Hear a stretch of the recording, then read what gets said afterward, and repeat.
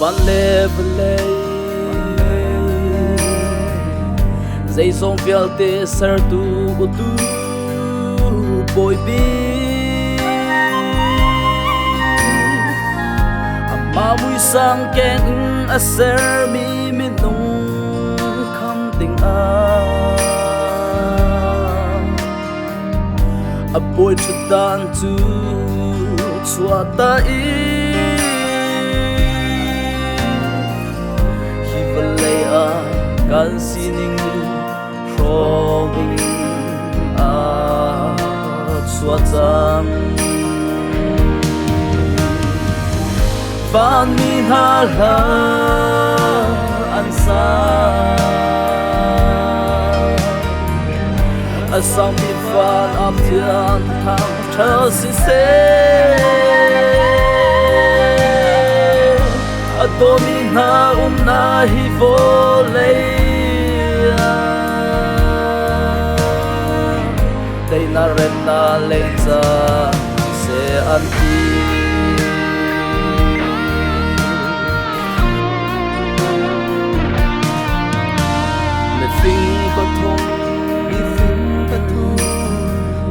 How to tung lay our feet showing up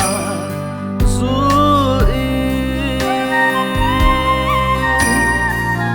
vang boy chuột na Bethlehem qua cho in lay chu ang pan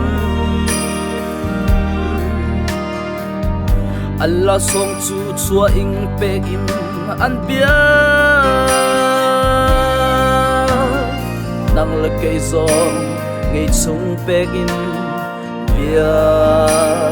chiều usi Phan mi ha la an sa a sang mi Phan am thiam thang thơ si se a to mi na na hi vo lei na ren na leng sa se an ti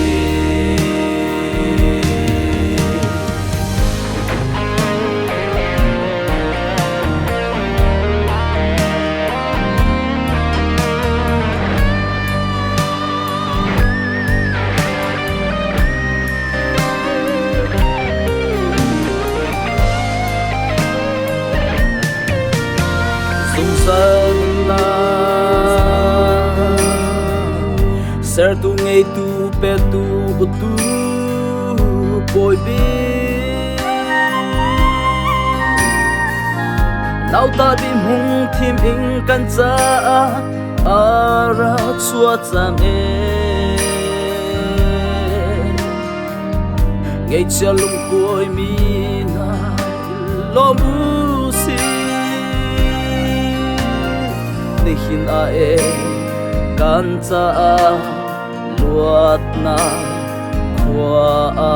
tei chang vang mi ha la an sa a sang mi Phan a thiam thang tha si se a to mi na na hi vo lei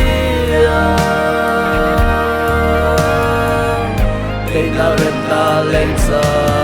se an ti na ren